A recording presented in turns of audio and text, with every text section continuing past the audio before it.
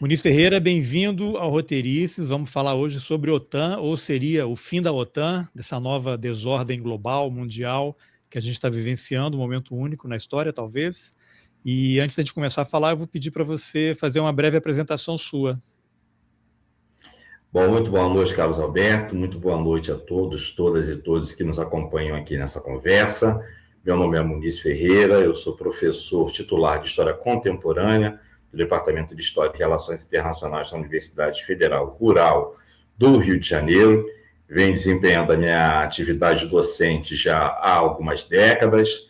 No âmbito da história contemporânea e das relações internacionais, eu desenvolvo uma atividade acadêmica que começa com o meu mestrado em Relações Internacionais na Pontifícia Universidade Católica do Rio de Janeiro, entre o final dos anos 80 e o começo dos anos 90. Se continua nos anos 90, entre 94 e 99, quando cursei o doutorado em História Econômica, mas abordando um tema de teoria das relações internacionais na Universidade de São Paulo, e desde 1997 atuo nas universidades federais, primeiro na Universidade Federal da Bahia, entre 97 e 2012, e desde 2012 na Universidade Federal Rural do Rio de Janeiro.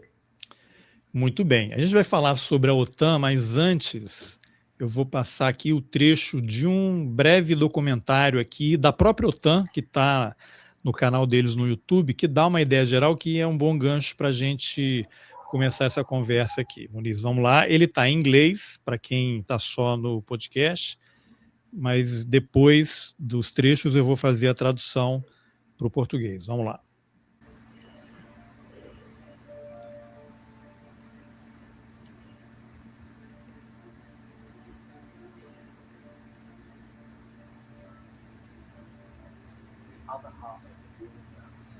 As President Truman described it, was the security side and the promise of the United States at that time that it would intervene in the event of a European war. So we wouldn't see a return to US isolationism as we had in the wake of World War I.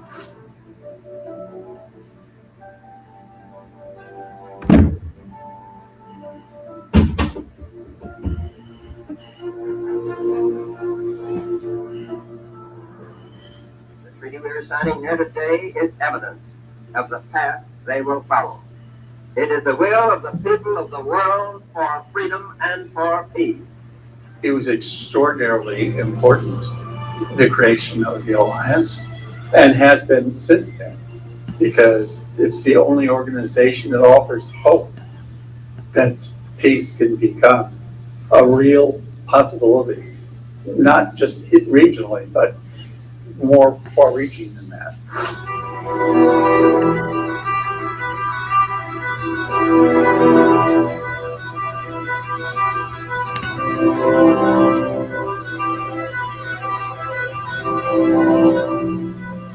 There were Soviet troops across Central and Eastern Europe. Pronto. Vou botar aqui no começo. Então é o seguinte, esse vídeo, que é um documentário curto da OTAN, depois o link vai estar nas informações aí do episódio, ele começa com 1945, vou até deixar ele rodando de novo aqui sem o áudio para a gente poder falar sobre ele. Ele começa com imagens ali de 45, né, depois da Segunda Guerra, e relata que a Europa mergulha em um caos político e econômico pós-guerra. A União Soviética instala governos comunistas na Europa Oriental, e aí tem uma entrevista de um jornalista relatando, né, uma declaração do presidente Truman dos Estados Unidos sobre o aspecto da segurança e a promessa feita pelos Estados Unidos naquela época de que eles interviriam no caso de uma guerra europeia, para que não se presenciasse um retorno ao isolacionismo norte-americano, tal como aconteceu depois da Primeira Guerra Mundial. Em resposta à criação da OTAN, ou segundo o documentário da OTAN, em resposta à crescente ameaça soviética, líderes da América do Norte e Europa Ocidental reúnem-se em Washington para assinar um tratado estabelecendo que um ataque contra um aliado seria considerado um ataque contra todos. Aí tem uma fala do presidente Harry Truman, dizendo que o que eles estão assinando hoje é uma prova, talvez o que estamos assinando aqui seja a prova do caminho que eles seguirão, a vontade dos povos do mundo por liberdade e paz. Aí tem depois a declaração do vice-diretor da Divisão de Investimento em Defesa da OTAN, que é um coronel aposentado, falando da importância da criação da aliança, que tem sido, desde então, a única organização que oferece a esperança de que essa aspiração possa se tornar uma possibilidade real, não apenas regionalmente, mas com uma aliança, um alcance muito mais amplo.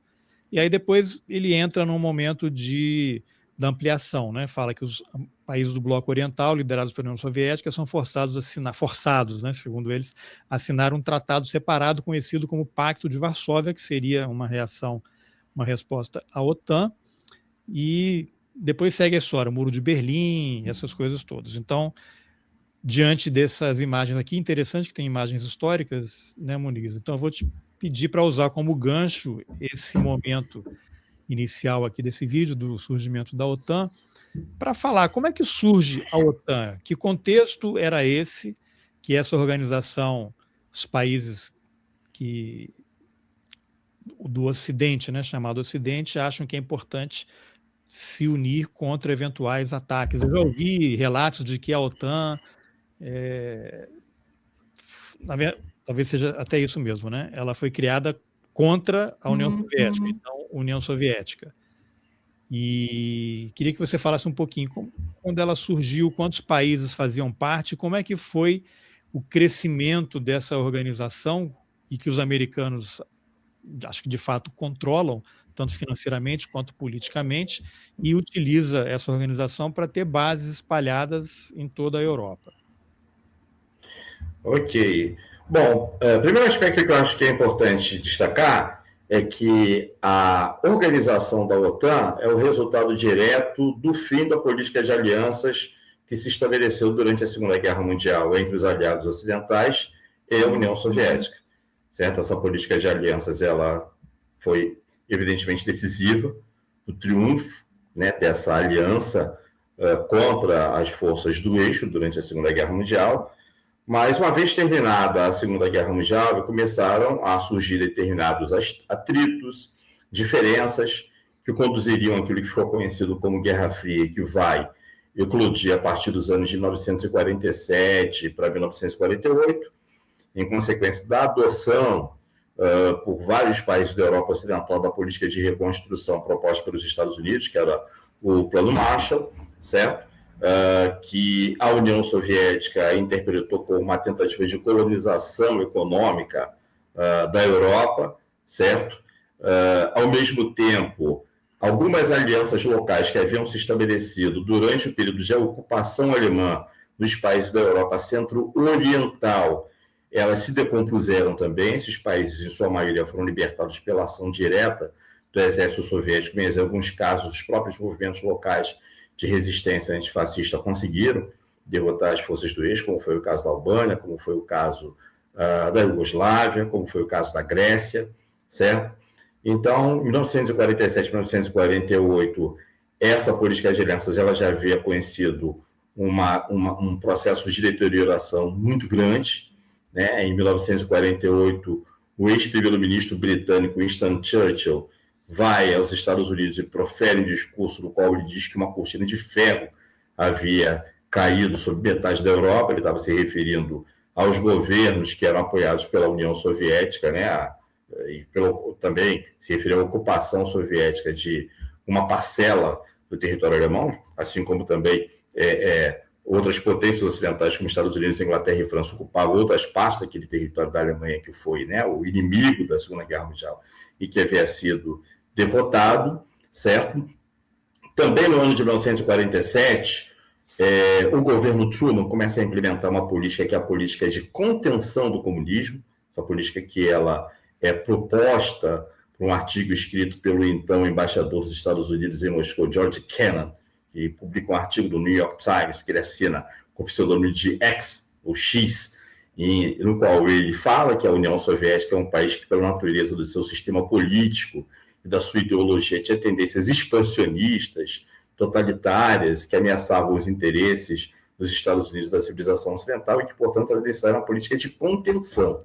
Então, a criação da OTAN, aí, né, a decisão no ano de 1948 e a criação efetiva no ano de 1949 se enquadrava dentro dessa política de contenção do que era percebido por essas potências, pelos círculos dirigentes dessas potências ocidentais, como eventuais tendências expansionistas do regime soviético. Eles associavam essas tendências expansionistas à presença das tropas soviéticas em boa parte dos países boa parte dos países da Europa Oriental. Eles parecem que abstraíam o fato de que essas tropas soviéticas só estavam ali porque elas foram utilizadas para derrotar os exércitos da Alemanha hitleriana. Elas fizeram parte daquela aliança, elas fizeram parte daquele esforço de guerra.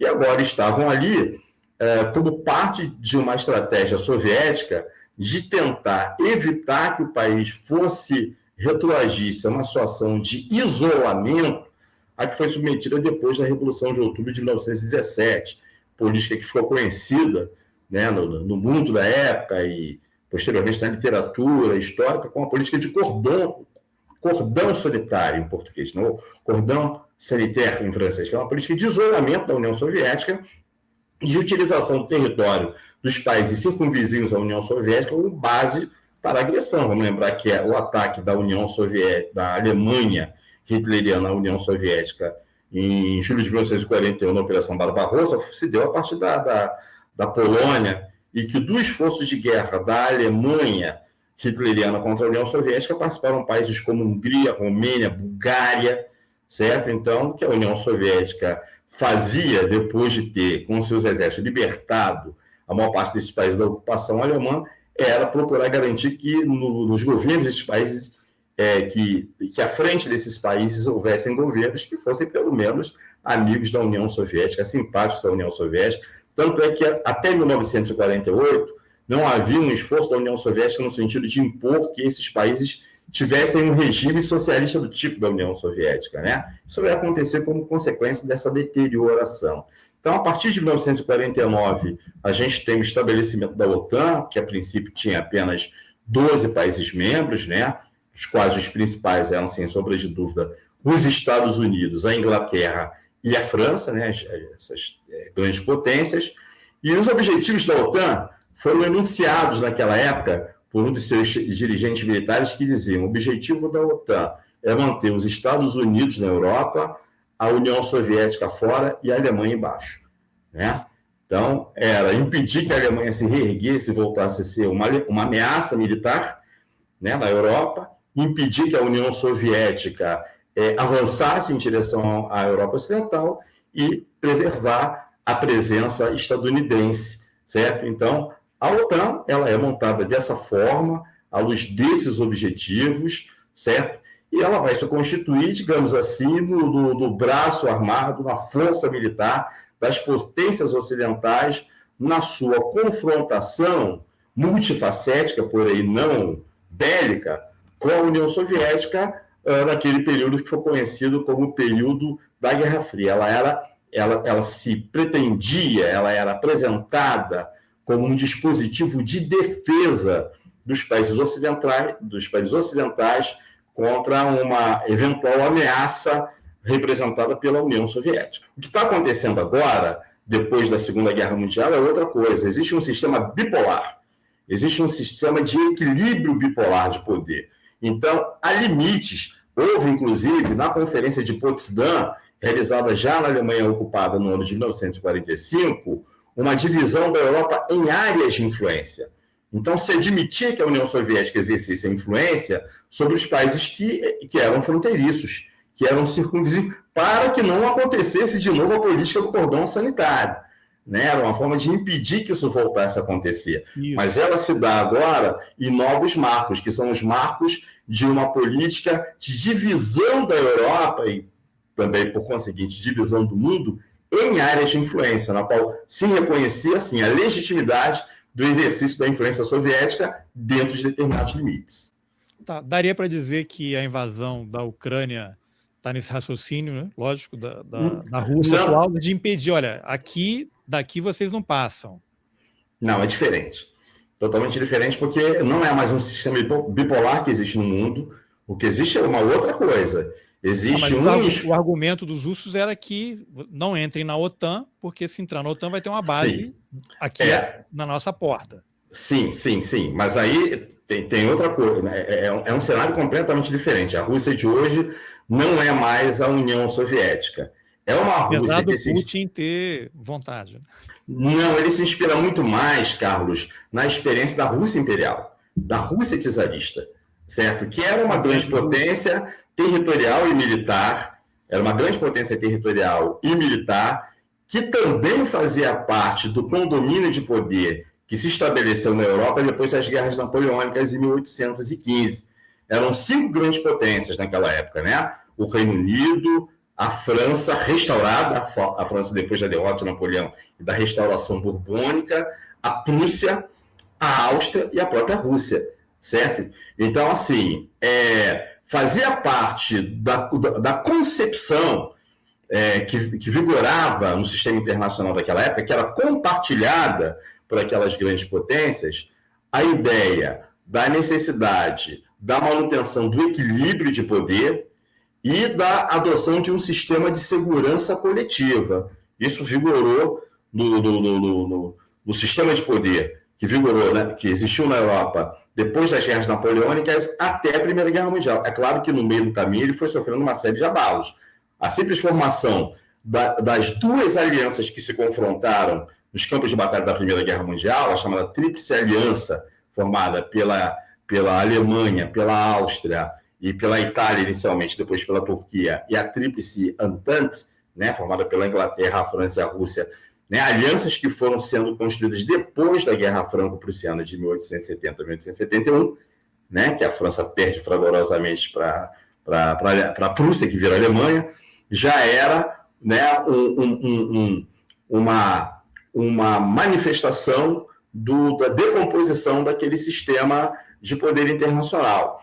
O que o Putin vai fazer em relação à Ucrânia tem a ver, como falei para você, muito mais uma tentativa de reconstituir os limites territoriais e um perímetro de defesa do país que já existia desde o lado da Rússia imperial, né? que só foi colocado em xeque depois do esfacelamento da União Soviética. Que aí sim, ele fala que foi a maior catástrofe geopolítica da história.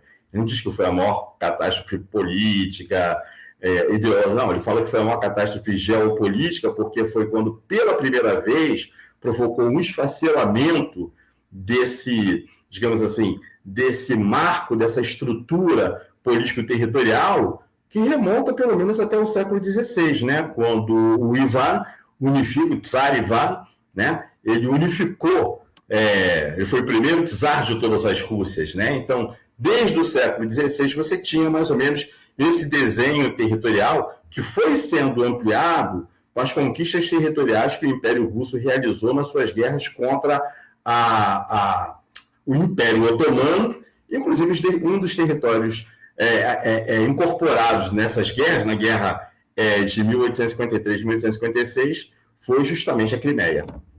A OTAN, quando surge, tinham 12 países. Hoje ela está com 32, salvo engano. E o que você poderia comentar sobre essa expansão? Por que essa expansão? Por que você ter mais países? O que está, no fundo, é o quê?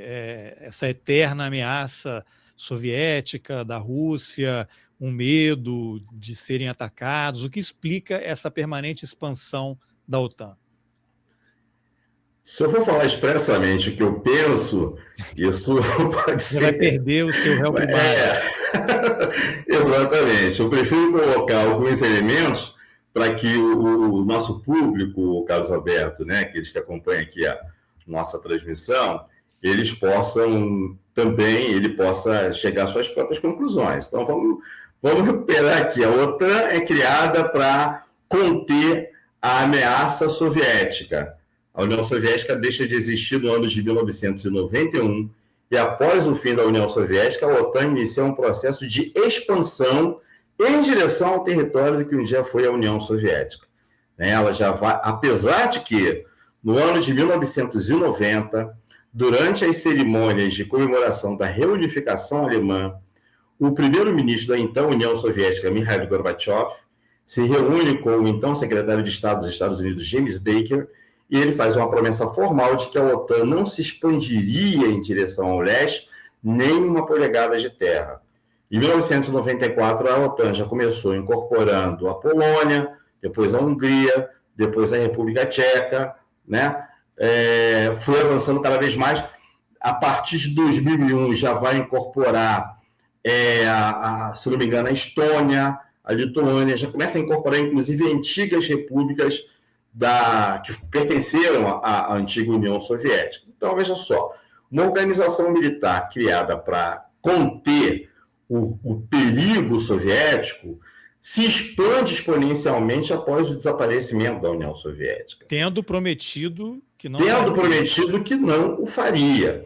Uma organização que, num mundo que foi caracterizado pelo equilíbrio de poder entre duas potências atômicas, que excluía a possibilidade do conflito entre ambas, entre os Estados Unidos e a União Soviética, porque esse conflito seria um conflito termonuclear que poderia redundar na destruição recíproca entre elas, né? Existe até um conceito que expressava essa ameaça, que era o conceito de MAD, né? Mutually Assured Destruction, né?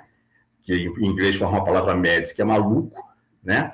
Então, naquela época, a OTAN não realizou jamais nenhuma ação militar.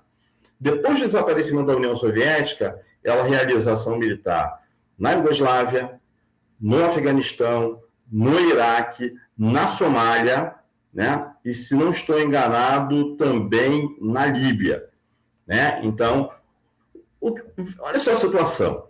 Se num mundo bipolar, num mundo em que existia uma potência que era caracterizada pelos seus adversários com uma potência expansionista e perigosa, que representava uma ameaça para o Ocidente, se defendia a necessidade da existência de uma aliança militar que contivesse essa ameaça, quando essa ameaça desapareceu, o mínimo que se esperaria é que a OTAN fosse dissolvida.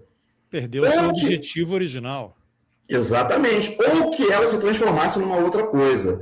Que ela se transformasse numa espécie de uma força militar diretamente vinculada à Organização das Nações Unidas para interferir, para acabar com os conflitos militares. Ou para os capacetes azuis, né? Mas, de fato, ela se transformou em outra coisa, que é isso que a gente está vendo aí, né? Se transformou numa força de intervenção, né, a serviço dos interesses expansionistas de potências ocidentais, nomeadamente dos Estados Unidos. Ou seja, só para você mencionar aí Afeganistão, Iraque e Líbia, quer dizer, todos os lugares por onde eles passaram, a tragédia que ficou, não melhorou nada, não mudou nada, só houve no momento inicial destruição, morte, crimes de guerra, não sei se genocídio, mas crimes de guerra certamente, e aí num segundo momento, aí o capitalismo nunca nos decepciona, as empresas desses países vão lá reconstruir os países depois de impor a sua democracia, e depois não dá certo, né? Afeganistão, os americanos saíram corridos. O Iraque está essa confusão. A Líbia, até um embaixador americano morreu lá, né? Assassinado, né? Uma intervenção totalmente atrapalhada, e o país está o caos, né? Continua o caos. E uma coisa interessante, Carlos Alberto, de se observar, é que no curso desse período, a OTAN, ela muda de fato a sua natureza, né? Quando ela foi criada, ela era, digamos assim, uma força militar multilateral, organizada pelos Estados Unidos junto com os seus aliados, numa época em que os Estados Unidos, vamos lembrar o seguinte, Carlos Alberto, até 1941, os Estados Unidos adotavam no plano internacional uma política de isolacionismo. Eles não tinham experiência de gestão de um sistema internacional. Eles não tinham experiência, por exemplo, de criação de dispositivos militares de alcance global, né? Então, no momento em que a OTAN é criada, isso representou, digamos assim, um gesto do governo dos Estados Unidos no sentido de se associar, né, criar um sistema coletivo com os seus parceiros da Europa Ocidental, com as outras potências, né, do mundo capitalista ocidental, como você mencionou, para garantir a defesa dos seus interesses. Com o passar do tempo, isso mudou completamente, né? Os Estados Unidos, eles desde a década de 70, eles ingressam num processo de decadência econômica, no plano internacional e também decadência política. Quem faz essa caracterização é o professor Luiz Alberto Muniz Bandeira, num livro cujo título, né, incorpora uma expressão que você utilizou agora há pouco, um livro chamado Desordem Mundial, que comemora esse ano 10 anos de publicação, em que ele caracteriza isso, né? A desordem mundial se dá no momento que os Estados Unidos, em franco processo de decadência econômica, se vêem também num processo de decadência política, porque as instituições e as práticas, né, da democracia americana são substituídas cada vez mais pelo fortalecimento de tendências oligárquicas dentro da própria sociedade, dentro da própria política estadunidense. Então, é um país que vive uma situação de decadência e que, no entanto, precisa desesperadamente, através de uma série de ações, que são ações que se dão no terreno no qual o país mantém uma certa superioridade, tentar recuperar ou tentar manter a sua centralidade, que é através do conflito militar. Então, o que a OTAN é hoje? Não é mais um consórcio de parceiros, digamos assim, para a defesa de interesses comuns na esfera militar. Hoje é apenas uma espécie de como é que eu vou dizer? É um acordo para que os Estados Unidos realizem as suas guerras de reordenamento mundial, dividindo a conta entre os seus amigos, os seus colegas, como está acontecendo agora. Os Estados Unidos eles querem que a OTAN participe da guerra contra o Irã para poder dividir os custos, tanto os custos econômicos quanto os custos políticos dessa guerra. Então, o que vem acontecendo, porque todas essas guerras das quais, como você bem falou, todas essas guerras das quais a OTAN participou, elas foram guerras iniciadas pelos Estados Unidos e voltadas para privilegiar os interesses estadunidenses, inclusive das empresas estadunidenses. Nenhuma dessas guerras resultou num fortalecimento econômico da influência internacional, da influência diplomática de países europeus, certo? Foram só os Estados Unidos que se beneficiaram ou que tentaram se beneficiar, certo? Então, a OTAN, ela virou hoje isso, né? Quer dizer, os Estados Unidos tentam mobilizar a OTAN para compartilhar com ela os gastos, né, o ônus político, econômico e militar das suas guerras de intervenção, mas aí vem o grande problema. Quando a OTAN inicia uma guerra contra aquilo que os círculos dirigentes, né, as classes dominantes dos países capitalistas da Europa Ocidental percebem como uma ameaça, que é a Rússia, os Estados Unidos não se engajam. Os Estados Unidos não participam, que é a guerra da Rússia contra a Ucrânia, certo? Então, isso é um fator a mais na corrosão das relações entre o conjunto dos países que integram a OTAN, notoriamente entre os países da Europa Ocidental e os Estados Unidos. Os Estados Unidos não se engajaram na guerra da Ucrânia da maneira como queriam os governos da Europa, que participam dessa guerra, que é uma guerra por procuração, participam indiretamente dessa guerra. Claro, né? Está reduzindo transferência financeira para a Ucrânia. Exatamente. Mas tenta impor que eles participem também da guerra que ele inicia unilateralmente junto com Israel contra o Irã. Então, isso cria uma situação que alguns estudiosos já estão caracterizando como o colapso institucional da OTAN, né? E certamente a gente tem aí uma contradição muito aguda e uma quebra completa de qualquer consenso entre os círculos dirigentes, repito, dos países da Europa Ocidental que integram a OTAN e aqueles que governam os Estados Unidos. É curioso porque eu vejo os países europeus muito críticos, né, vários deles, mas numa posição dúbia, com exceção da Espanha, né, que o primeiro-ministro lá tem sido muito vocal em relação a essas ações. O Macron agora começou também a botar as asinhas de fora, até numa viagem, acho que ele estava na China ou na Coreia, falou que Trump deveria falar menos, né, ou não falar uma coisa hoje e outra amanhã, ou talvez não falar, mas tem uma figura na OTAN que é o secretário-geral. Eu vou colocar um videozinho aqui dele para a gente comentar. Esse, eu não sei o que você vai comentar depois, mas esse me parece o capacho, assim, porque ele é totalmente subserviente ao Trump e depois tem um outro trecho de um vídeo que eu vou colocar aqui, que ele diz que é uma expressão que o Trump usou por causa de algo que ele falou que vai persegui-lo para sempre. Mas primeiro vamos ouvir esse trechinho aqui. Isso aqui, para quem está só no podcast, também está em inglês, depois eu vou traduzir, mas é uma entrevista coletiva que ele deu para falar sobre o relatório anual da OTAN para o biênio 2025-2026. Vou colocar aqui. This report is basically a summary of what we have discussed, what we have decided, and also what we have done as NATO throughout 2025. And it was quite an eventful year. We see clearly that our world is constantly changing, and we are adapting to ensure we remain prepared. Putin's war of aggression continued, as did support for Russia's war from China, from Iran, North Korea, and Belarus. We saw increasingly reckless Russian behavior in the context of NATO territory, whether through airspace violations or hybrid threats. China continued its military buildup. The threat from terrorism persisted. The threat picture across 2025 made clear the need to do more.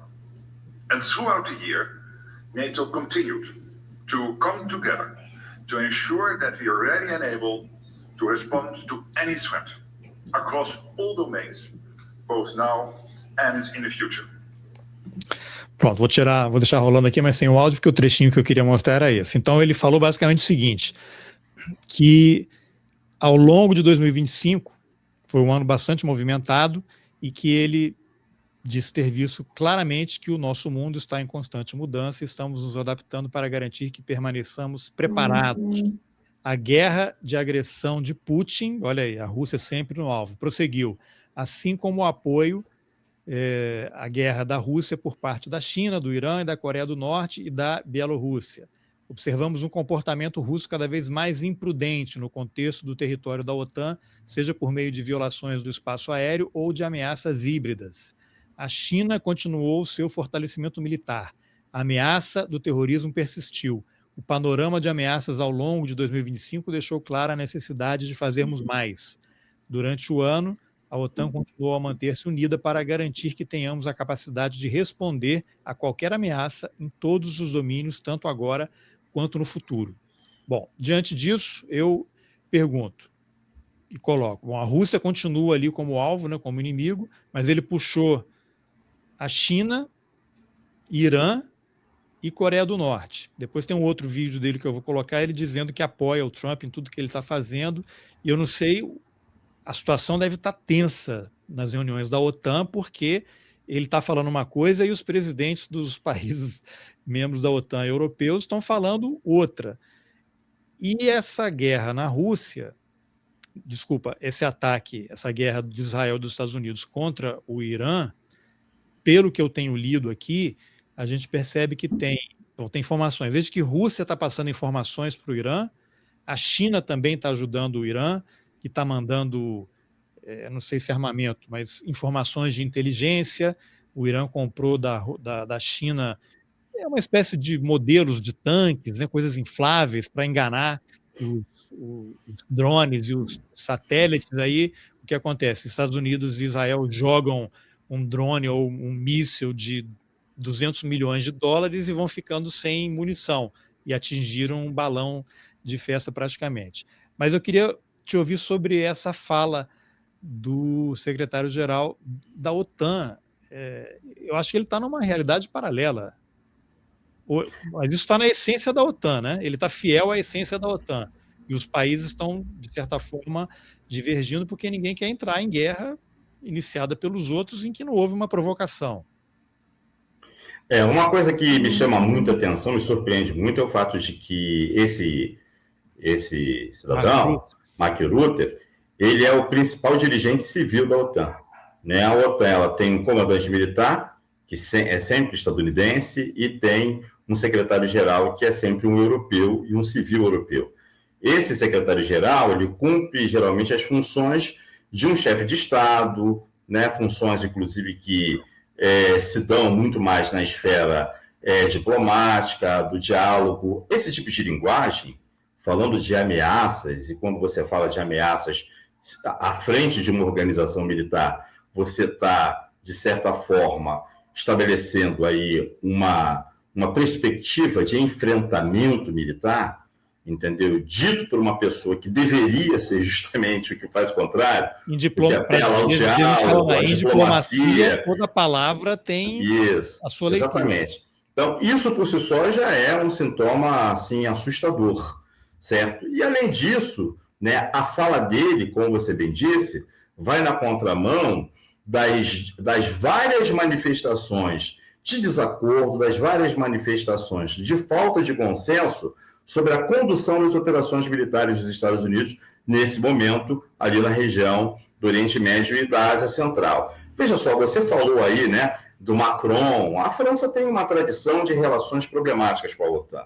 A França já saiu do dispositivo militar da OTAN, né, ela saiu da frota do Mediterrâneo, isso desde lá dos tempos do De Gaulle. Mas você falou do Reino Unido. O Reino Unido ele é quase que, me perdoem aí, os cidadãos do Reino Unido, americanos. É quase um 51º estado estadunidense. Aliás, esse é o título da música de uma banda inglesa, né, de punk rock, esqueci agora o nome da... New Model Army. O nome da banda é New Model Army. Era o nome do exército do Cromwell, nas revoluções inglesas lá do século XVII. Que o nome da música é American 51st State, o 51º estado americano, para se referir ao Reino Unido. Nem o Reino Unido tem consenso hoje com o Trump, nem o Reino Unido aceitou o pedido do Trump de ajudar a desbloquear lá o Estreito de Hormuz, né? O Reino Unido, a França, e agora não me lembro qual outro estado, acho que a Alemanha, se propuseram, sim, a depois do fim das operações militares, se engajarem no processo de negociação diplomática para desobstruir o Estreito de Hormuz. Então, isso mostra a falta completa de unidade, o isolamento dos Estados Unidos e o universo paralelo no qual vive o senhor Marco Rutte, né? E o curioso é que hoje, em tese, os Estados Unidos estão bloqueando lá o Estreito de Hormuz, mas já não estava bloqueado, o Irã já não tinha bloqueado, então... Mas eu vou colocar aqui um trecho de um outro vídeo, que são algumas falas do Trump sobre a OTAN. Então, os Estados Unidos Trump está extremamente desgostoso com o rumo das coisas. Vai estar em inglês e depois eu traduzo aqui. NATO allies committed to dramatically increase their defense spending to that 5% of GDP, something that no one really thought possible. You clarified your stance on Article 5 just yesterday. Is that something you can explain? I stand with it. That's why I'm here. If I didn't stand with it, I wouldn't be here. So you would defend countries? Well, what did I just say? Yes, of course. Why would I be here? I've long said that, I wonder whether or not NATO would ever be there for us. So this was a great test, because we don't need them, but they should have been there. And then in the case of NATO, they don't want to help us defend the strait, and they're the ones that need it. I'll say it publicly, we're very disappointed with NATO, because NATO has done absolutely nothing. And I've always said, 25 years ago, I was somebody that wasn't a politician, but I was always involved in politics, and I understood politics.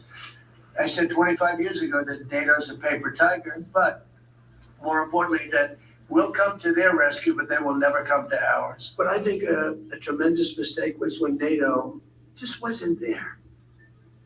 They just weren't there. It's going to make a lot of money for the United States, because we spend hundreds of billions of dollars a year on NATO, hundreds protecting them. And we would have always been there for them, but now, based on their actions, I guess we don't have to be, do we? Bom, isso aqui é um trecho de uma reportagem aqui da Sky News da Austrália. E basicamente o Trump detonou, né, do começo ao fim aqui na OTAN, e ele diz o seguinte: são vários clipes de vários momentos, que os aliados da OTAN comprometeram-se a aumentar drasticamente seus gastos com defesa, elevando-os para 5% do PIB. algo que ninguém realmente julgava possível. Alguém poderia esclarecer? Aí tem uma pergunta, né, de um jornalista. A posição sobre o artigo 5º, que acho que é o que prevê a saída da OTAN. E aí ele diz que mantém a posição dele, é por isso que ele está ali naquela reunião, e se não mantivesse eu não estaria aqui. Então, por enquanto, ele disse que talvez não saísse da OTAN. E aí perguntam se ele defenderia os países da OTAN. E ele disse que há muito tempo venho dizendo, eu me perguntava se a OTAN algum dia estaria ao nosso lado. Portanto, esse foi um grande teste, pois nós não precisamos deles, mas eles deveriam ter estado presentes. E no caso da OTAN, eles não querem nos ajudar a defender essa região, sendo que são eles próprios quem mais precisam dessa defesa. Declaro publicamente que estamos muito decepcionados com a OTAN, pois a OTAN não fez absolutamente nada. Eu sempre disse, há 25 anos, quando eu ainda não era político, mas sempre estive envolvido com a política e compreendia muito bem. Há 25 anos eu disse que a OTAN era um tigre de papel, mas o que é ainda mais importante, que nós viríamos em seu socorro, mas que eles jamais viriam em nosso socorro. Contudo, considero que foi um erro tremendo o fato de a OTAN simplesmente não ter estado presente. Eles simplesmente não compareceram, mas isso vai gerar muito dinheiro para os Estados Unidos, pois gastamos centenas de bilhões de dólares por ano com a OTAN. Centenas de bilhões de dólares para protegê-los. E nós sempre estaríamos lá por eles. Mas agora, a julgar pelas atitudes deles, creio que não somos mais obrigados a estar. Ou somos? Vou deixar essa pergunta para você. Eles são obrigados a estar, mas é interessante aqui que ele chama a OTAN de tigre de papel e fala nos bilhões, porque qualquer guerra que se inicie, a guerra é sempre dinheiro, né? Em qualquer lugar do mundo, em qualquer momento da história. E eu não sei, ele vai sair da OTAN, para ele vale a pena continuar na OTAN? A OTAN é um tigre de papel? Uma pergunta que você fez, se ele é obrigado a estar lá, o que o Estatuto da OTAN estabelece é que se um país da OTAN é atacado militarmente, os outros têm a obrigação de irem em defesa dele. Então, se algum país da OTAN for atacado, ele tem que estar lá, mas acontece que eu não estou vendo nenhum país da OTAN sendo atacado. Né? No caso do Afeganistão, houve as Torres Gêmeas, mas... sim, E aí vamos produzir as provas, né? O problema é quem foi que atacou, né? O problema é quem foi que derrubou. Foi o Afeganistão, foi o governo do Afeganistão, foi uma ação militar do governo do Afeganistão. Osama Bin Laden, e aí ele vai e destrói 2 países. E aí eles gastaram quantos anos? 15? Bin Laden, que era saudita, que estudou no Egito e morava no Paquistão, né? O que foi criado pelos americanos, né? Exatamente, o que eles foram fazer no Afeganistão e Iraque, realmente não sei, né? Então eles invadiram o Afeganistão para tirar o Talibã e 18 anos depois devolveram o Afeganistão para o Talibã. Para o Talibã, exatamente, né? Fizeram a mobilização para impedir o avanço do jihadismo no Oriente Médio e hoje os jihadistas ocupam poder na Síria, né? Derrubaram Saddam Hussein no Iraque, e hoje quem governa o Iraque é uma coalizão da qual faz parte forças ligadas ao governo do Irã. Né? Na Líbia, aquele que você falou, até o embaixador estadunidense lá foi assassinado. Então, assim, eles ganham a guerra e perdem a paz. Né? Eles ganham a guerra no bombardeio, mas na hora da ocupação não conseguem estabilizar o país e acabam tendo que sair do país. Evidentemente que as empresas nesse ínterim lucram, principalmente as empresas privadas de segurança, né, que eles colocam ali, fazem os contratos de venda de petróleo, privatizam o petróleo desses países, mas não conseguem estabelecer ali um controle estável e permanente, né, o Carlos Alberto. Então, quer dizer, é isso aí. O que para mim é impressionante... É o tigre de papel mesmo. Isso é uma delícia, né, porque é uma fala de Mao Tse-tung, se referindo aos Estados Unidos, né? Mao Tse-tung, que escreve no livro vermelho, o imperialismo e todos os reacionários são tigres de papel. Aí você vê hoje o senhor Donald Trump reproduzindo uma fala de Mao Tse-tung. Mas uma coisa que é chocante... Esse livro eu tenho no original em mandarim para não dar problema de tradução errada e tal. Ele até pedi para você procurar a frase aí, mas vai demorar muito tempo. Vai demorar, deixa para a próxima. Então, Carlos Alberto, o que é impressionante é a maneira como o mundo naturalizou a forma como o Trump se expressa, como ele se refere a seus aliados, como ele se refere a outros estados, a outros governos, a outros estadistas, com uma linguagem no limite do chulo. Bom, Né?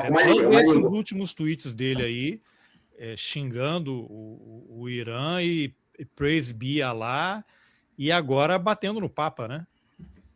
Ah, sim, sim. Né? Ele levou o discurso de briga, de bêbado em pub estadunidense para o diálogo das relações internacionais, para o diálogo entre estadistas. Isso subverte completamente as normas da diplomacia internacional estabelecidas desde o século XVIII.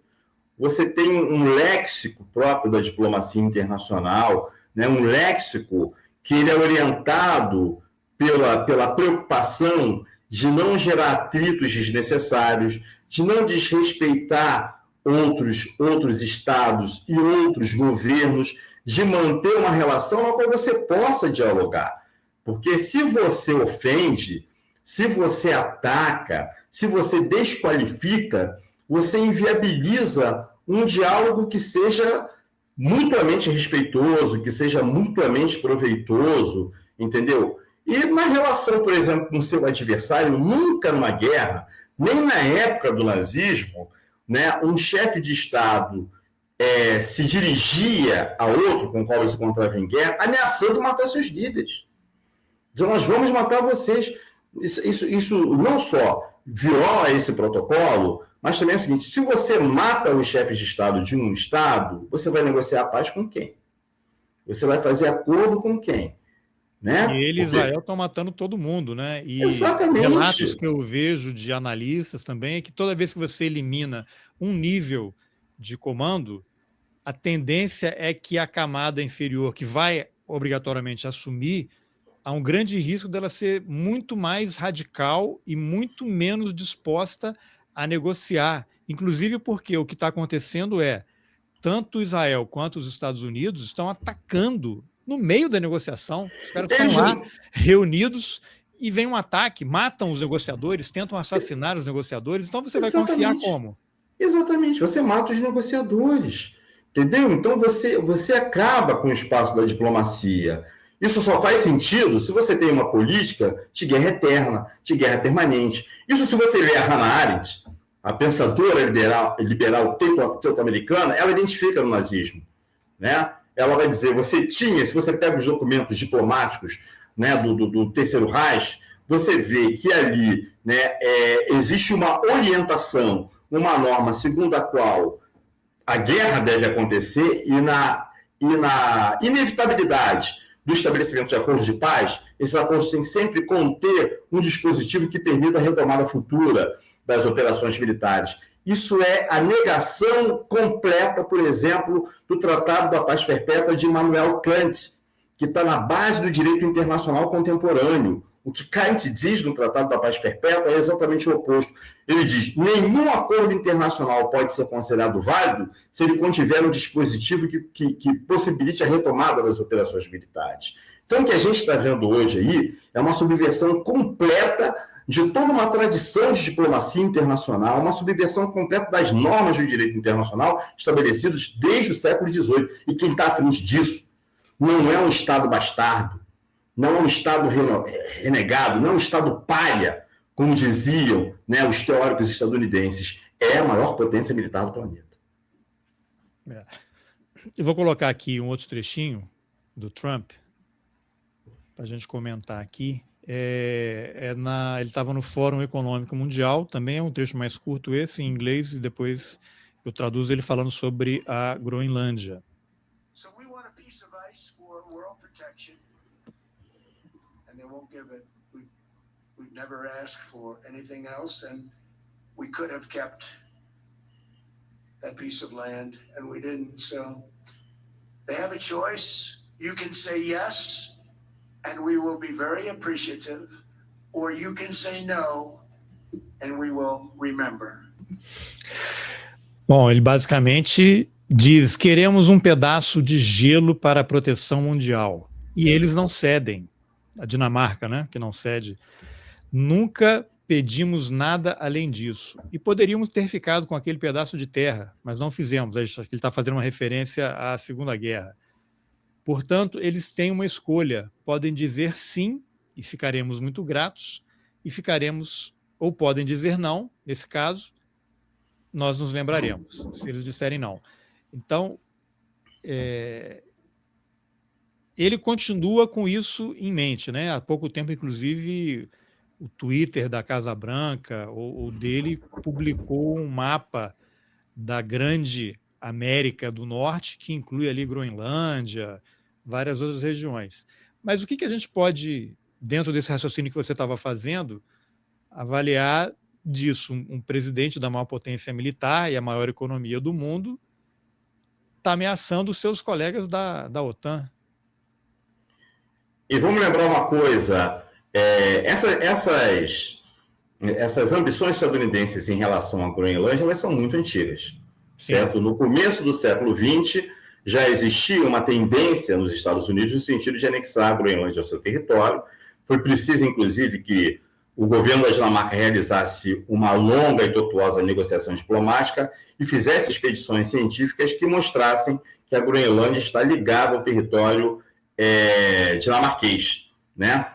E os Estados Unidos reconheceram formalmente a soberania da Dinamarca sobre a Groenlândia, se não estou enganado, na década de 20 do século passado, aproximadamente 100 anos, certo? Então, o que a gente tem aí é um retrocesso e uma violação de um compromisso assumido pelos Estados Unidos, um compromisso centenário dos Estados Unidos, né? De novo, o que a gente tem aqui, o Carlos Alberto, é uma potência que rompe, repudia inteiramente qualquer consenso, qualquer acordo, qualquer negociação, certo? Eu não estou nem falando de um país que aceita as transformações de um mundo multipolar em emergência, um mundo multipolar em formação e configuração e de forma irreversível, certo? A gente está falando de um país que perdeu a capacidade de dialogar e de estabelecer consensos com os seus próprios aliados, né? Um país que perdeu a capacidade de negociar, perdeu a capacidade de fazer diplomacia, um país que não consegue fazer uso dos seus recursos de soft power, né? Só quer fazer uso do hard power.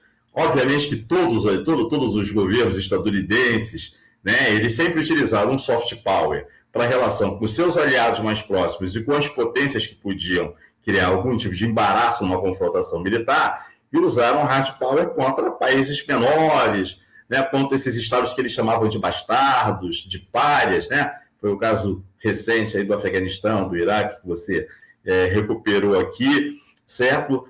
Hoje a gente vê um país, quer dizer, que através do seu principal líder, do seu principal dirigente, ele abandona completamente qualquer veleidade do estabelecimento de diálogo, de acordo, do uso da persuasão.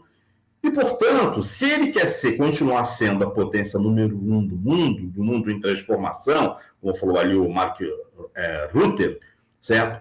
Então, ele precisaria se transformar num hegemon. O que era o hegemon? Era aquele líder que as cidades gregas, durante as guerras contra os adversários externos, notoriamente das guerras médicas contra o Império Persa, eles elegiam, né, o chefe militar de uma das cidades da Confederação Helênica para ser o hegemon, para ser o comandante militar. Isso era o resultado de um acordo, isso era o resultado de um diálogo, isso era a expressão de um consenso. Os Estados Unidos não agem para serem um hegemon, eles agem para ser como se fosse uma potência imperial. Você usou a expressão guerras pérsicas. Essa guerra aí foi... Médicas, Não, médicas, eu sei, mas contra a Pérsia. Isso. Foi em que ano, mais ou menos? Isso foi lá no século V, VI a.C. Ou seja, a Pérsia, no caso do Irã, tem uma experiência de guerra, né? Tem. De combater, tem. De resistir, de resiliência, né? Exatamente. O tigre de papel acho que vale mais do que o Mao falou, né? Quem é o tigre de papel. Agora, eu vou colocar aqui de novo um outro trechinho, que esse é o secretário de Estado dos Estados Unidos, o Marco Rubio, falando sobre a OTAN. É uma entrevista que ele deu para Al Jazeera e ele fala o seguinte aqui, depois eu traduzo. one of the reasons why I've been a supporter of NATO is because I believe that these basing rights give us leverage and give us flexibility and operational capability all over the world. But if NATO is just about us defending Europe if they're attacked, but them denying us basing rights when we need them, that's not a very good arrangement. That's a hard one to stay engaged in and say this is good for the United States. So all that's going to have to be re-examined. All of it's going to have to be re-examined. Rubio then went on to make the bold claim that without the United States, there is no NATO. If that's what someone in Europe told you, that person's very disingenuous, because the United States has tens of thousands of troops stationed throughout that region, billions of dollars of weaponry staged throughout Europe, all of it there to defend Europe, not to defend America, to defend Europe from attack. Okay, all over. The United States is without the United States, there is no NATO. I mean, everyone recognizes that, including NATO. If we decided tomorrow that we were going to remove our troops from Europe, that would be the end of NATO. So they know that. And that commitment, we haven't moved troops out of NATO. So anyone who said that's not being honest or is not, I think they're playing games. No country was off limits for Rubio, who slammed Spain for disallowing the US to use their base and then bragged about it, leading the Secretary of State to warn that the relationship will be re-examined after the operation in Iran is complete. I think it was very disappointing. You have this, and again, look, the president and our country will have to re-examine all of this after this operation is over. But one of the reasons why NATO is beneficial to the United States is it gives us basing rights for contingencies. It allows us to station aircraft and weapons and in parts of the world have bases, and that includes in much of Europe. And to see that in a time of need, the United States has identified a grave risk to our national security and our national interests, and we needed to conduct this operation. And we have countries like Spain, a NATO member, that we are pledged to defend, denying us the use of their airspace and bragging about it, denying us the use of their bases. And there are other countries that have done that as well. And so you ask yourself, well, what is in it for the United States? Online commentators sided with Rubio's stance, with this person saying... Bom, aí é o seguinte, uma série de lamentações que ele faz aqui, e ele começa dizendo que tem sido um grande defensor da OTAN, e uma das razões pelas quais ele tem apoiado a OTAN é porque ele acredita que esses direitos de instalação de bases nos conferem influência, nos conferem flexibilidade e capacidade operacional em todo o mundo. Mas se a OTAN se resume apenas a nós defendermos a Europa, caso ela seja atacada, ao passo que eles nos negam direitos de instalação de bases quando precisamos deles, esse não é um arranjo muito bom. É uma situação difícil de manter e de afirmar que seja benéfica para os Estados Unidos. Portanto, tudo isso terá de ser reexaminado. Se foi isso que alguém na Europa disse, foi uma pergunta do repórter lá, está agindo de má fé, pois os Estados Unidos mantêm dezenas de milhares de tropas estacionadas por toda aquela região. Bilhões de dólares em armamentos estão posicionados por toda a Europa. Tudo isso está lá para defender a Europa, não para defender a América. Na verdade, é para a projeção, né, de poder e tal. Em todo mundo. Sem os Estados Unidos não existe OTAN, quero dizer. Todos reconhecem isso, inclusive a própria OTAN. Se decidirmos amanhã retirar nossas tropas da Europa, isso significaria o fim da OTAN. Portanto, eles sabem disso e sabem também do nosso compromisso, tanto que não retiramos nossas tropas da OTAN. Assim, qualquer um que afirme o contrário não está sendo honesto, na minha opinião. Estão fazendo joguinhos. Aí ele vai para cima da Espanha, dizendo que achou a atitude muito decepcionante. Temos essa situação, o presidente Trump e o nosso país terão de reavaliar tudo isso assim que a operação no Irã tiver terminado. Mas uma razão pelas quais a OTAN é benéfica para os Estados Unidos é que ela nos concede direitos de baseamento para situações de contingência. Ela nos permite estacionar tropas, aeronaves e armamentos em partes do mundo onde normalmente não teríamos bases. Isso inclui grande parte da Europa. E ver em um momento de necessidade, quando os Estados Unidos identificaram um risco grave à nossa segurança nacional e aos nossos interesses nacionais, fomos impedidos de realizar essa operação e temos países como a Espanha, um membro da OTAN, que nos comprometemos a defender, nos negando o uso de seu espaço aéreo e se vangloriando disso, negando-se o uso de suas bases. E aí ele pergunta, o que os Estados Unidos ganham com isso? Então eu te pergunto agora, isso aqui é a expressão que você usou, né? O desmonte institucional da OTAN, porque o que vai sobrar depois disso? E ele usa esse argumento que a gente está lá na Europa para proteger a Europa. E não é exatamente isso, né? Ou é? E entendi errado aqui. você está vendo o Irã ameaçar a Europa? Nunca atacou a Europa, né? Nunca atacou.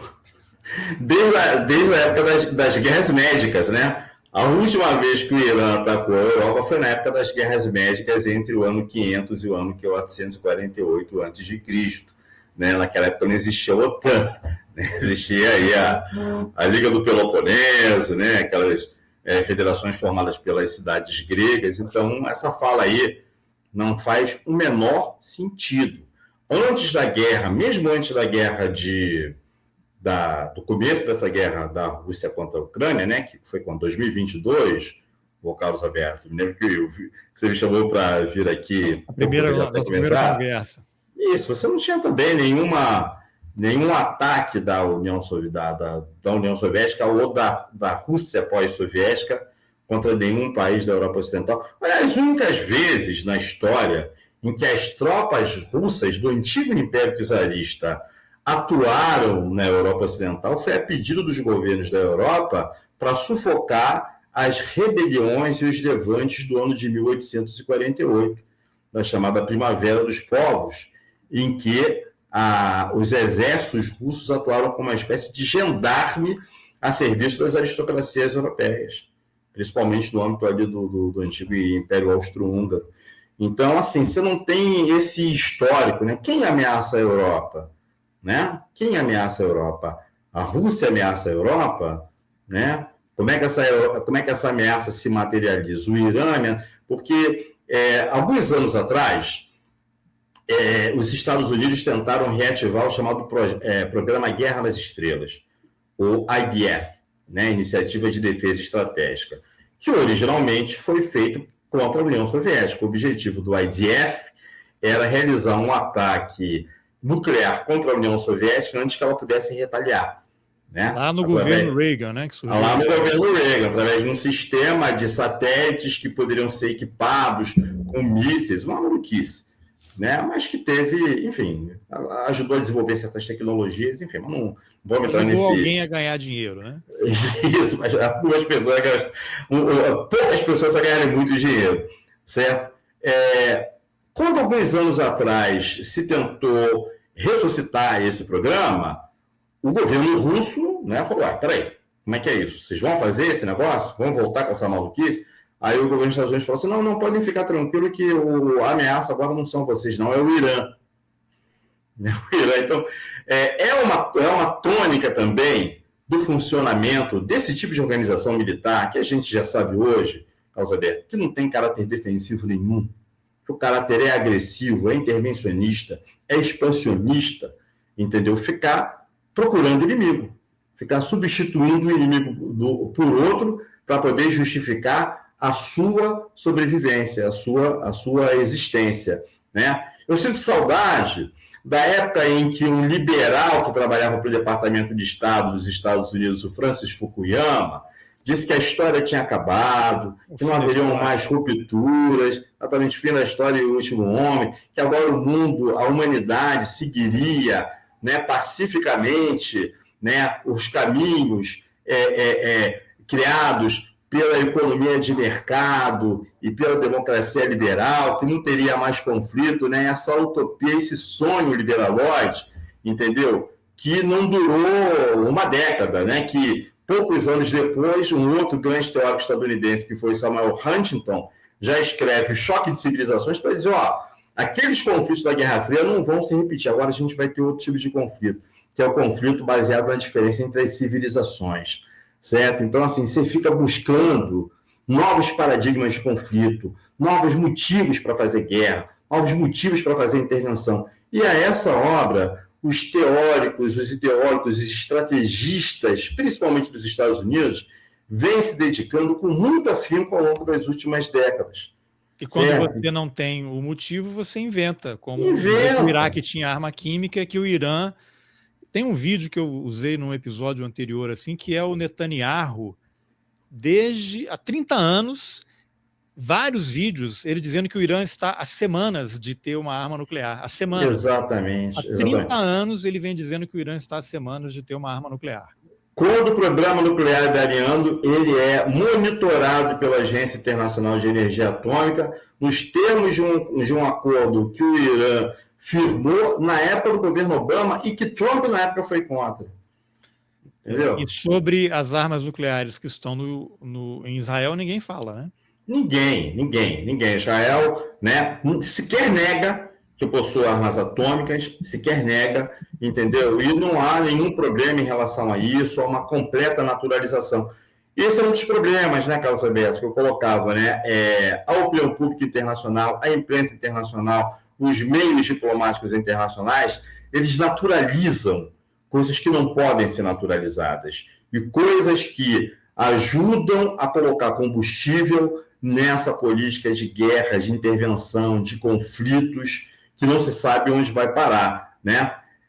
Quando eu falava do Fukuyama, evidentemente que eu nunca acreditei nas teses do Fukuyama, nunca apoiei aquilo, porque eu nunca fui alinhado com aquele tipo de ideia, mas o fato de que um porta-voz de um sistema, né, econômico, político, social e militar prometia a paz, a paz, a cooperação, a prosperidade, a globalização econômica. E hoje, os porta-vozes desse mesmo sistema político, econômico, social e militar só falam em intervenção, guerra, destruição.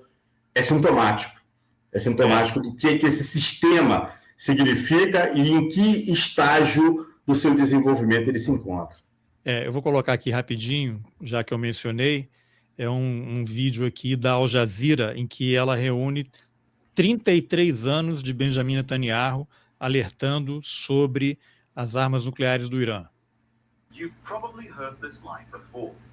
Iran has never given up its quest for nuclear weapons and the missiles to deliver them. That's because Israeli Prime Minister Benjamin Netanyahu 2018 essa. for more than 30 years, claiming Iran is close to having nuclear weapons. Nuclear weapons, nuclear weapons, atomic bombs. In 1992, as a member of parliament, 92. who addresses the Knesset, he says, within 3 to 5 years, we can assume that Iran will become autonomous in its ability to develop and produce a nuclear bomb. 3 years later, in his book Fighting Terrorism, 95. it's the same time frame, 3 to 5 years. Thank you, Mr. Chairman. Fast forward to 2002. Netanyahu testifies before a U.S. congressional committee actively calling for the invasion of Iraq. Are there any other nations that you would recommend that the United States launch preemptive attacks upon at this point? The two nations that are vying, competing with each other, who will be the first to achieve nuclear weapons, is Iraq and Iran. The invasion happens months later. 2003, No weapons invadiram o Iraque. Depois aqui eu traduzo. are found in Iraq.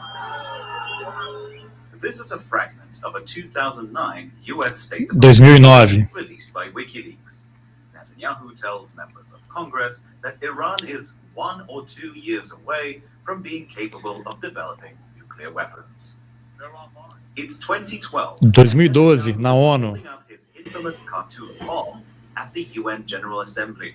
By next spring, at most, by next summer, at current enrichment rates, they will have finished the medium enrichment and move on to the final stage.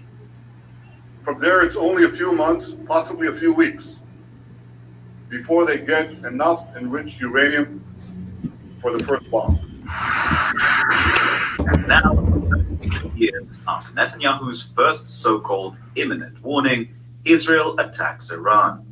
If not stopped, Iran could produce a nuclear weapon in a very short time. It could be a year, it could be within a few months, less than a year. That's despite the US Director of National Intelligence saying Iran isn't building a nuclear weapon months earlier. Iran lied. But for Netanyahu, Big time. the slogan has been the same for decades. Dmitry Medvedenko, Al Jazeera. É isso. Então, desde a década de 90, Netanyahu vem dizendo que o Irã está há meses, ou 1, 2 anos, ou na próxima primavera, no próximo verão. E aí tem um trecho aqui que a diretora do Serviço de Segurança Interna aqui dos Estados Unidos disse que nada disso. Então, ficou até sem palavras do que a gente poderia falar. É mentira atrás de mentira para justificar qualquer coisa, né? Exatamente, né? Bom, já chama atenção o fato de que 33 anos atrás o Bibi Netanyahu já era o primeiro-ministro de Israel, né?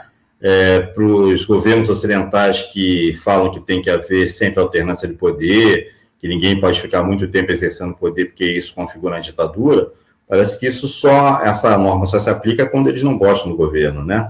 Não gostam do estadista, não gostam do governante.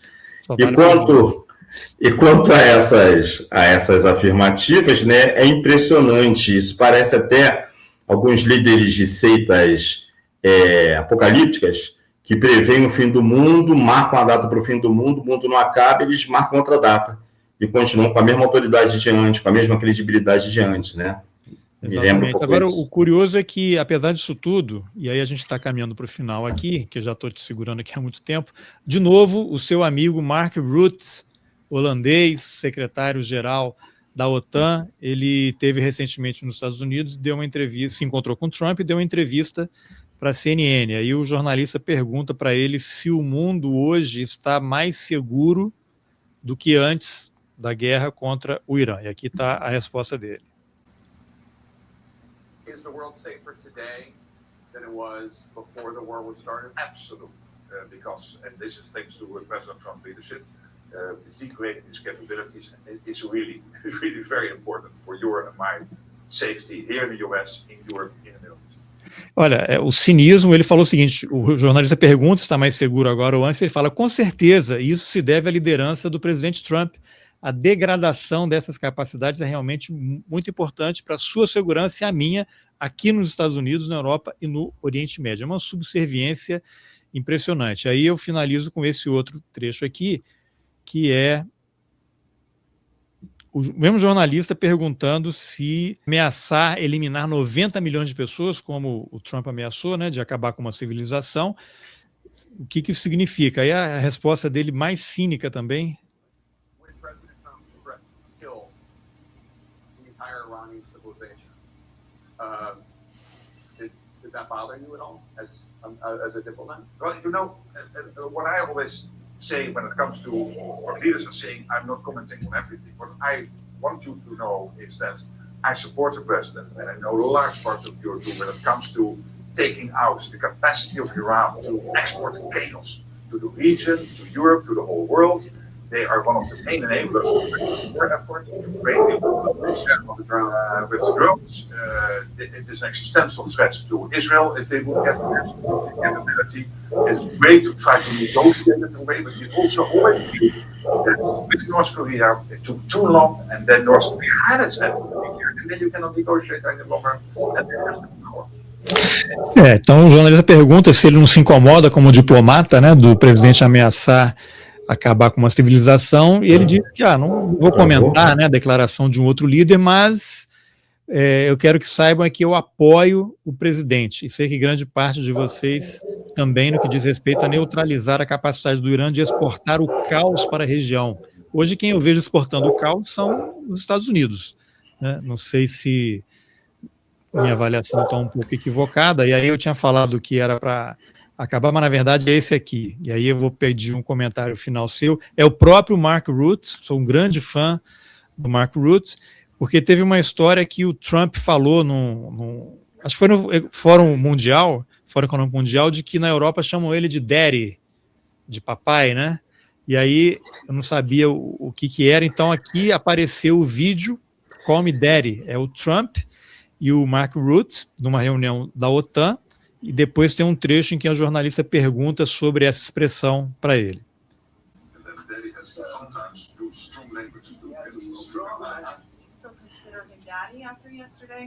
Well, on the daddy thing, this is a language problem. But what happens is the following. I have to explain to you because it follows me a little bit. I can assure you. Now, we had a sort of pre-summit meeting, the president and I, in June in The Hague. And he had been very angry that day with Iran and with Israel. This was in June last year. And in Dutch, you would say, hey, the translation of your father is daddy, and I would say, hey, yeah, sometimes daddy has to be angry. So I was not calling him my daddy, but saying. But of course, daddy has also a special connotation, and I now have to live with this the rest of my life. And I own it, and the president knows. He bought T-shirts, he made a movie, daddy is home, and he returned to the United States.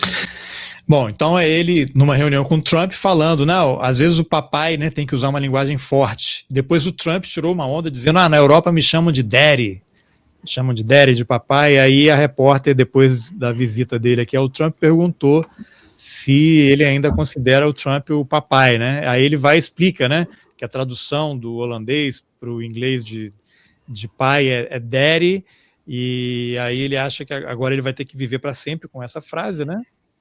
Essa frase me persegue, você pode imaginar, mas não é que eu considero ele o meu pai, né? Mas no fundo né? Porque essa subserviência dele de chamar de daddy e a postura dele também em relação a tudo que o Trump fala. Então não sei como é que a OTAN, para fechar, Muniz, o que você imagina que vai acontecer agora? Porque a gente está no meio de uma situação, os Estados Unidos não são confiáveis, eles anunciam uma trégua de 48 horas, 24 horas, amanhã até 10 da noite, mais 2 semanas, atacam os negociadores, e agora, só quando acabar com o Irã, e você tem esses países todos se rebelando, e o presidente, o secretário-geral da OTAN, totalmente alinhado e capacho do governo americano. Não sei se de repente é uma estratégia deles também, né? Vamos deixar os países fazerem o papel de malvados e você vai lá falar o que o Trump quer escutar, mas dá para dizer que há um desmonte dessa OTAN que conhecemos até agora e ela precisa se reinventar para seguir adiante nesse mundo que está se reconfigurando? Antes, eu não posso me furtar a fazer o comentário que você falou da subserviência desse cidadão. Eu acho que a subserviência dele escandalizaria o eunuco da corte do sultão de Istambul, né? Coisa desse nível. Agora, assim, eu sou metade do tempo historiador e metade do tempo analista de relações internacionais. Ao historiador só é dado se esforçar para tentar conhecer o passado. Ao analista das relações internacionais é dado a possibilidade de elaborar cenários futuros, mas não de prever o que vai acontecer.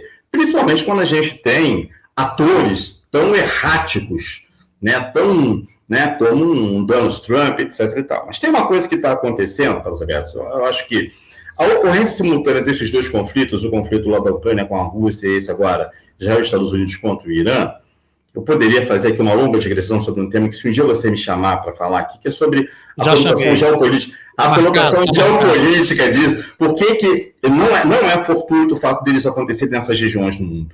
Porque entre elas existe um espaço territorial que, na interpretação do geopolítico do mundo anglo-saxão, é essencial para o controle do planeta, que é o chamado Heartland, né? O coração da Terra, se quiser fazer uma tradução mais livre. Essa é a região da Eurásia ali?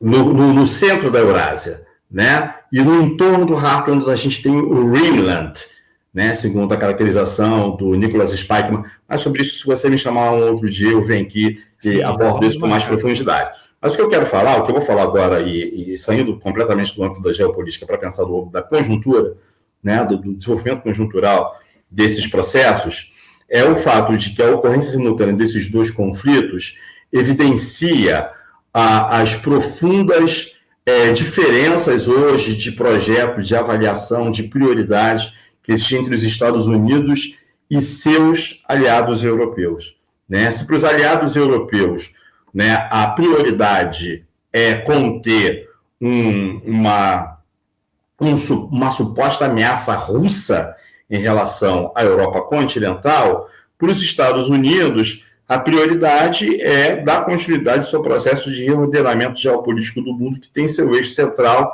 ali no Próximo Oriente, né? Aí são mais considerações de caráter geoeconômico do que propriamente geoestratégico, mas sobre isso não vou me aprofundar. E o que acontece é que a ausência dos Estados Unidos no conflito né, da Ucrânia com a Rússia, que eu, mais uma vez, defino como uma guerra por procuração, que é por trás da Ucrânia está a OTAN, está fazendo com que surja em certas áreas, né, digamos, no âmbito da própria OTAN, mas no âmbito dos governos dos países integrantes da OTAN, uma percepção de que não podem contar com os Estados Unidos, isso que os Estados Unidos estão falando em relação à OTAN, né, há uma percepção reversa disso na Europa Ocidental.